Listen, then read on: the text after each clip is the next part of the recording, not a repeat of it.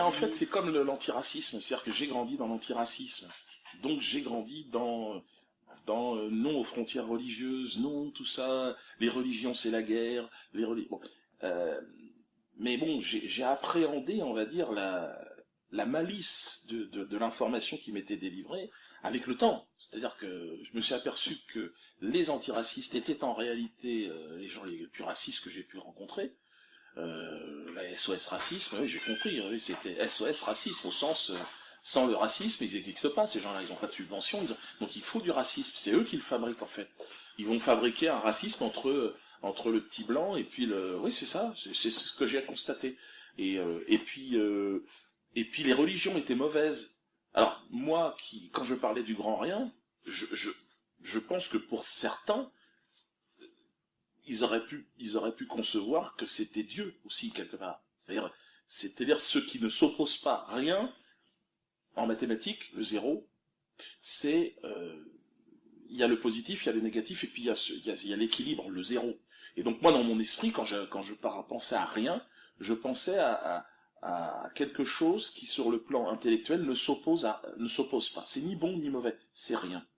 Et puis de rien, après, j'ai pris conscience, avec le temps, que la société, le sionisme, nous écartait des religions, qui faisaient partie de notre histoire. Moi, j'ai grandi dans la chrétienté, et dans mon spectacle Rendez-vous Jésus, c'était ça, c'était à un moment donné, c'est-à-dire on peut pas laisser Jésus à ceux qui l'ont tué, enfin ceux qui l'ont, on va dire, ceux qui l'ont crucifié pour les chrétiens, ceux qui l'ont maltraité, ceux qui ont voulu lui faire, les marchands du temple.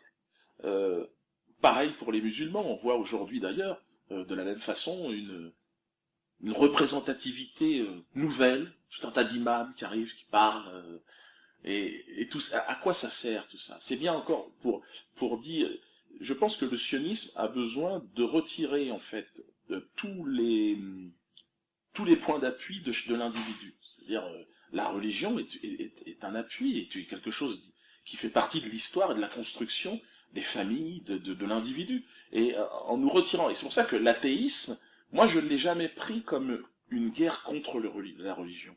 Je l'ai pris comme un mouvement.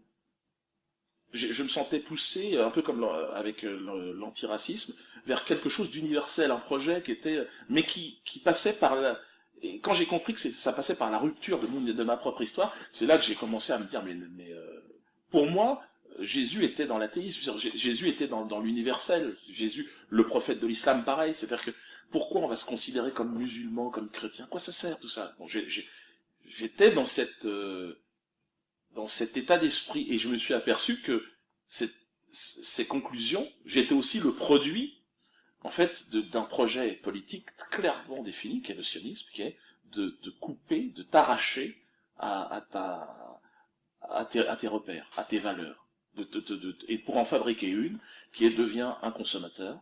On va te créer une religion autour de la laïcité, on va te mettre 2-3 petits trucs, droits de l'homme, de petits machins. C'est-à-dire que cette philosophie des Lumières, la prétention du système, c'est qu'il remplace même les prophètes. Et toute personne n'y voit rien. Oui, je sais bien, ouais. Mais les philosophes des Lumières seraient plus lumineux, donc, que Jésus-Christ, par exemple, pour les chrétiens. Ce qui est quand même aberrant. C'est-à-dire, sans Jésus, il n'y a pas de philosophie des Lumières. C'est-à-dire que ça n'a pas... C'est comment couper... Ils sont chrétiens, ou alors ils sont... ou alors ils sont des prophètes. Alors à ce moment-là, qu'ils aient pas... Parce qu'il y a toujours eu des personnes qui ont eu, dans l'histoire, des révélations et qui ont apporté, par leur... alors là, les croyants vont dire que c'est Dieu qui leur a donné cette mission. Des gens qui ont une approche... Moi, je pense que le fait de séparer le monde en croyants et en non-croyants, il y a une partie des gens qui croient, en fait, en réalité, mais qui sont dans la manipulation. Et quand je vous dis que je suis passé, moi, par l'athéisme, mais j'y suis passé on n'a pas de carte d'athée, il n'y a pas... Mais en réalité, la laïcité est très très proche de tout cela. Donc on est porté, on est amené à être laïque en réalité. Et ben, le mariage pour tous, qu'est-ce que c'est? Tous les religieux vous disent non, non, attention, non, non. Là, on fait fausse route. Mais donc, à partir du moment où on est coupé de sa religion et de certaines valeurs, bah, le mariage pour tous, ouais. Et puis après, open bar. Après, je n'ai rien profondément, moi, encore une fois, je n'ai pas la sensation de dire, d'avoir un discours homophobe. Je ne me sens pas homophobe. Chacun fait exactement ce qu'il a envie de faire chez lui. Maintenant, si on débat à la tribune et dans l'intérêt de ce qui est la collectivité, on a le droit de discuter et sans être montré d'homophobe. Je veux dire, le mariage pour tous, je veux dire, mariage pour personne à ce moment-là. Pourquoi pas aussi? Personne ne se marie plus, à ce moment-là, ça pose plus de problème. Là, il y a plus de, on se marie plus. Ou alors on se marie devant Dieu. Voilà. D'ailleurs, le vrai pour moi, le mariage est un mariage devant Dieu. Il n'y a pas d'autre mariage. Le reste, juste avoir des papiers, ça n'a aucun intérêt, ça n'a absolument aucun sens.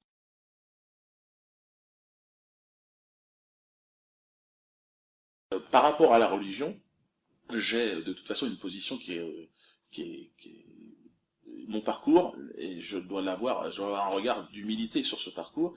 Je pense que je ne peux pas faire le bilan et je ne peux pas arriver avec des certitudes sur la chose. Tout ce que je parle, c'est un ressenti. Je ressens qu'il y a aujourd'hui une vraie volonté de ce lobby politico-militaire de nous séparer de nos valeurs les plus profondes. C'est-à-dire de nous couper, en fait, pour mieux nous manipuler et pour mieux nous... Et voilà, et il m'a fallu ce temps-là pour vous parler comme je vous parle. Mais je n'ai pas eu la sensation, sur le plan personnel, d'avoir eu des ruptures. C'est-à-dire, j'ai l'impression que je n'ai jamais quitté, moi, je n'ai jamais abandonné les prophètes, jamais. J'ai voulu les humaniser à un moment donné pour les rendre accessibles, mais je n'ai jamais en fait, c'est plutôt leur instrumentalisation par des politiques, par des religieux, enfin, qui étaient plutôt des politiques, qui m'a dérangé. C'est plutôt ça. Et donc, c'est pour tout. Je pense, comme beaucoup de gens qui ont un rapport extrêmement fort avec le Christ, pour ceux qui ont grandi dans cette tradition-là, beaucoup, en fait, prennent du recul simplement parce que ceux qui se mettent entre eux et le Christ, leur discours n'est pas clair. Et leur discours est mensonger. Et pour moi, par exemple, la démission de ce pape, c'est très symbolique et très fort. C'est-à-dire, Jésus ne peut pas... un homme digne de ce nom et pour qui Jésus est une lumière, ne peut pas rester dans cette église. C'est impossible. Qui est l'église de la trahison, l'église catholique aujourd'hui. Le Vatican a trahi, et d'ailleurs, on en arrive au sommet de cette trahison qui est, bon, ben, il faut démissionner. Et là, par sa démission, pour moi, Jésus revient. C'est-à-dire, voilà. C'est-à-dire, voilà, c'est un mauvais chemin. Faut pas aller là. Faut pas.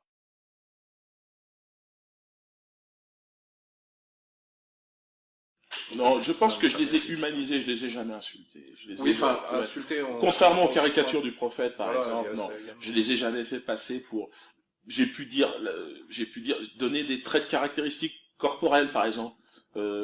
Mais c'était plus pour leur donner un côté.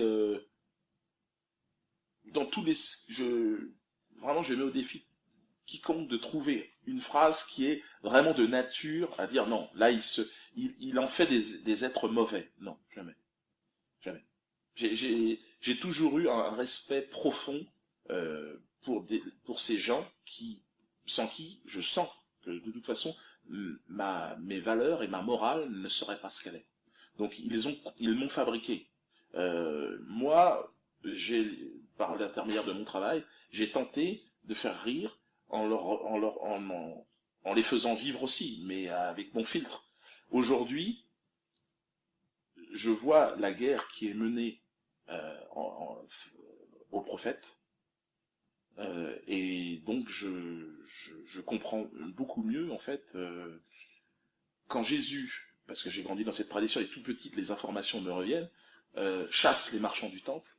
C'est la seule fois où Jésus va faire un acte de violence. Il va prendre les chaises et les tables, il va les... Et c'est tellement moderne, c'est-à-dire que aujourd'hui, c'est tellement évident que, et c'est tellement limpide, et c'est tellement éternel. C'est-à-dire, il faut chasser les marchands du temple. Or, les marchands sont dans le temple, ils sont dans les temples, ils sont le temple, ils remplacent, ils essayent d'être un intermédiaire entre l'individu et Dieu. Et ils sont là, ils parlent au nom de Dieu, ils parlent au nom de Jésus. Et regardez, aujourd'hui, ils parlent au nom de l'islam. Et, euh, et c'est cette folie, si vous voulez, du malin, c'est ce côté c'est-à-dire qu'on a la sensation qu'il n'y a pas de limite en fait. C'est-à-dire, c'est ça qui est assez troublant. C'est pour ça que par rapport aux religions et par rapport aux croyants, moi, j'ai vu dans cette manifestation, là, par exemple, euh, qui s'opposait à la loi pour le mariage pour tous, des musulmans, des chrétiens, des gens qui étaient là, qui manifestaient ensemble. On n'en a quasiment pas parlé de ça. Ça, c'est quand même incroyable.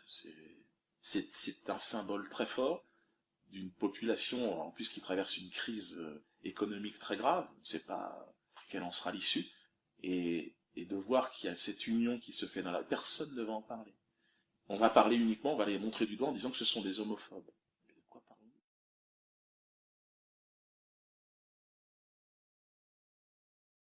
C'est-à-dire que les faits même, alors c'est incroyable, c'est maintenant des femmes nues, avec des peintures sur le corps, qui arrivent et qui hurlent. C'est vrai que on a le droit de s'interroger sur ça.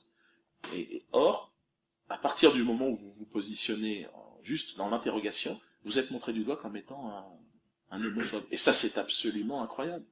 Ça montre bien que c'est toujours le sioniste qui est derrière ce genre de loi. C'est-à-dire, c'est des lois qui divisent. C'est des lois. On voit bien, les gens, ils sont majoritairement contre dans la rue. Enfin, il y a la manifestation. Il y a une pour, une contre. Il n'y avait pas photo, quoi. Bon, mais encore, bon, il y a un débat. Mais c'est, en tout cas, il y a une fracture. On divise. Et pourquoi cette loi est là maintenant? Pourquoi elle est là pour diviser le peuple? Le peuple, au contraire, en temps de crise, il a besoin de se rassembler. Et c'est vrai que c'est ce que j'ai dit, moi, quand j'étais à Alger. Je suis étonné de voir que finalement, le sionisme pousse au chaos, pousse à la guerre civile, quoi. Parce que c'est dans son intérêt, c'est dans le chaos, c'est dans la guerre qu'on peut créer, enfin qu'on peut envisager, on va dire, la reconstruction et donc la croissance, quoi.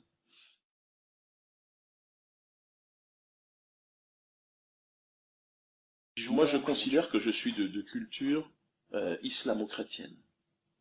Voilà, je suis, c'est la culture voilà, j'ai grandi comme ça, dans un environnement qui était comme ça. Et je sens qu'il y a une grande proximité, en réalité.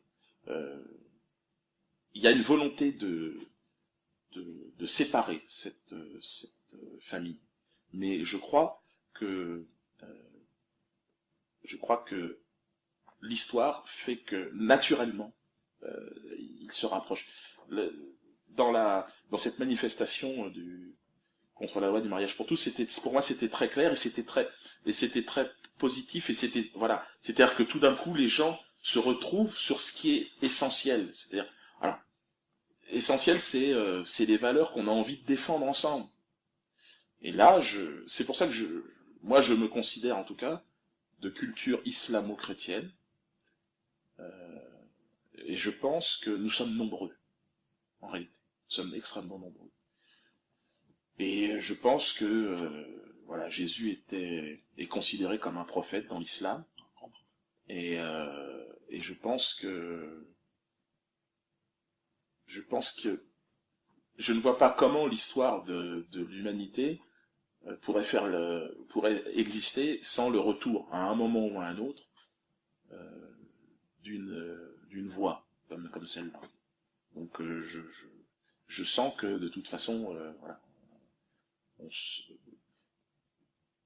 parce que j'observe les politiques, je vois bien que le problème c'est qu'il y a des gens bien en politique, mais ils arrivent là je parle de ce marécage, quoi. C'est-à-dire ils arrivent dedans, il y a tout, et donc même les plus belles inspirations finissent parce que le système est ainsi fait, quoi. Et donc il faut à un moment donné que la voie qui va illuminer et donner une direction elles viennent d'ailleurs, quoi. Il faut qu'elles viennent d'ailleurs de ce marécage. Donc je sais pas comment elle va arriver. Je pressens personnellement, comme beaucoup, qu'elle va arriver, parce qu'il y a trop de signaux. Lorsque l'on vient de la tradition chrétienne, la démission du pape, c'est clair qu'elle annonce l'arrivée de quelqu'un. Je démissionne parce que cette église n'existe plus. Il arrive, voilà. Il arrive, il va arriver. Et je pense qu'on est nombreux à penser que quelqu'un va arriver. Mais évidemment, va-t-on me reconnaître qui...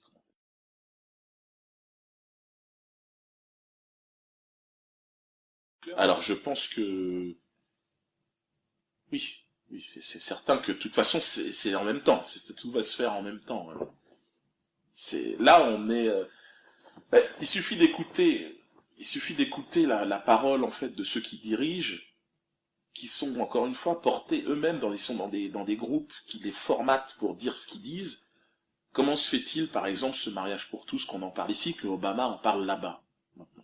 Comment ça se fait qu'au même moment, deux nations comme ça vont aborder pourquoi faire? Comment ça se fait que dans le calendrier, ça tombe au même moment? C'est une question qu'on peut se poser. Euh, Et puis je vois les pays africains montrer du doigt, parce que c'est vrai que le mariage pour tous au Cameroun, euh, c'est pas pour demain, c'est pas pour demain, c'est pas, et ça voudrait dire que c'est un pays qui ne progresse pas. On va voir, on va attendre un peu, mais je pense que l'histoire, en tout cas, moi je suis spectateur et j'essaye d'apporter simplement mon émotion d'humoriste quoi dans tout ça, et puis et de faire rire, parce que je pense que rire c'est important, surtout en période de crise, enfin c'est important. Moi c'est important pour moi, donc voilà. Et puis visiblement il y a des gens qui suivent parce que